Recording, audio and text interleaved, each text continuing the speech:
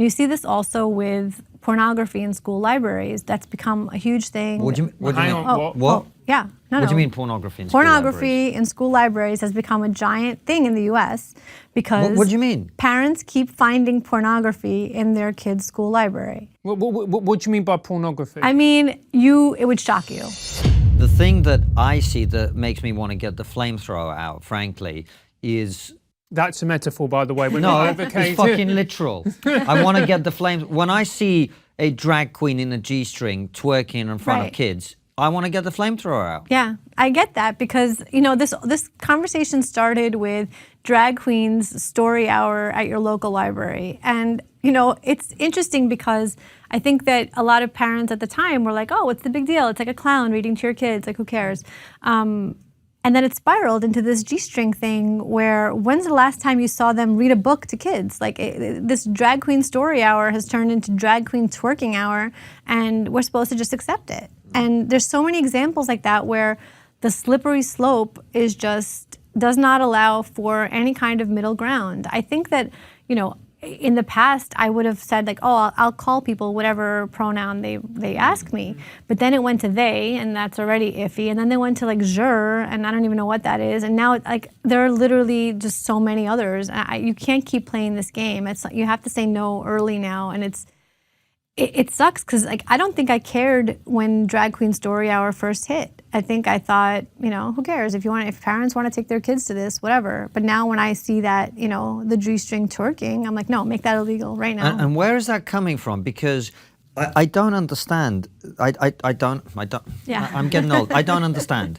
Right. Why? Why do children need to be exposed to obviously sexualized behavior? Right. I don't care if it's a drag queen. I don't care if it's a stripper. I don't care if it's the only metalwork teacher. It's never going to be a stripper. That's the whole thing. They get you, or they get other people to say that this is okay through using LGBT, community, basically. Right, because if you got Stormy Daniels to turn up in a G-string, nobody would be like, this is important for your kids' Nobody development. thinks it's okay for a woman to, dance around in 6-inch heels and a G-string for kids. But a man dressed as a woman becomes okay.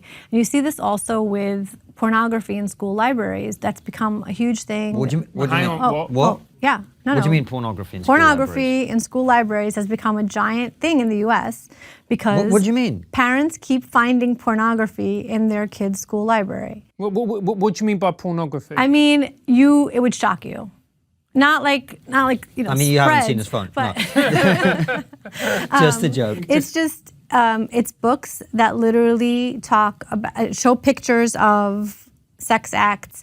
But the sex, Hold on. Look, when I was a kid, my parents, when I was a teenager, gave me a book which was educational about sex. Did it have somebody on their knees and giving oral sex? No. No, right. So no. And did it have like sexting in it where two boys sext each other dirty pictures or ask for really graphic things to be sent to them? It didn't. And you would be shocked. And it's happening at elementary schools. So in the US, again, that's till 5th grade, that's 11, 12 years old is where elementary school ends. In Florida, Governor DeSantis has made them go through all the libraries, and for this he's called a book banner, and remove these books that they know that they exist, right? So he sent out, so he had a press conference where he was talking about what books they were getting rid of, and he started reading from these books, and news channels had to pull away from his press conference because they can't show that on TV. They can't have that language on TV. But you can't show that to 10-year-olds. But you can show that to 10-year-olds. And the quirk here is it's always a gay story. Because you can't show straight sex at that age to kids. But somehow it becomes okay when it's a gay story. And this is how they are able to protect themselves from a lot of criticism because we're just showing LGBT youth, stories about them. And if you have a problem with this, you're a bigot. Karol, you're not making this up, are you? Swear.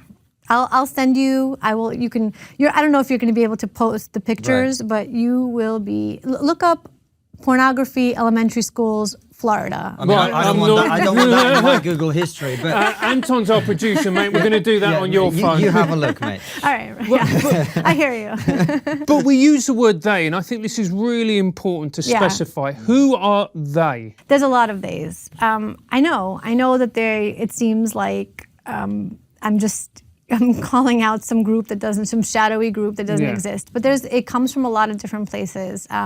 So one of the examples, again, with one of these pornographic books, they're a 11-year-old boy, I think around that age, got up at a school board meeting, started reading from this book. Again, they're all shocked that please stop speaking, that's really disgusting. And he's like, I got this in my elementary school library. He got it from the librarian. The librarian offered him this book and then said, if you like it, I have others like it. Hi, my name's Knox Zajac. I'm 11 years old and I go to Wyndham Middle School. I'm a 6th grader. I was in the library and this book was on a stand. I'd like to read you a page. My back over my hips as I ask if we should take our clothes off. And he's saying yes before I finish my sentence. He's pulling off my t-shirt, laughing when I can't undo his shirt buttons. He's undoing my belt. I'm reaching into his bedside drawer for a condom. We're kissing. Again, we're rolling over. Obviously, you can see where this is going. I don't know if it's because we're feeling especially emotional or just tired, or these past couple of weeks have been too much. But this reminds me so much of the first time we had sex. We were both fucking terrified, and the whole thing was kind of terrible because we didn't know what we were doing. But it was good too, so good, because we were a mess of emotions and we were scared and excited and everything felt new. So this sort of feels like that. Nick touches me like he's scared that any minute. Now this book was at my middle school and it was on a stand. When I rented it out to show my dad it, the librarian asked if I wanted more and if I wanted a graphic novel version.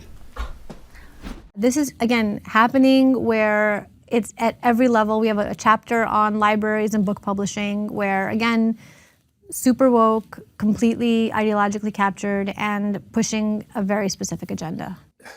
This, and I'm looking at it through a UK teacher's lens, and I go back to my training.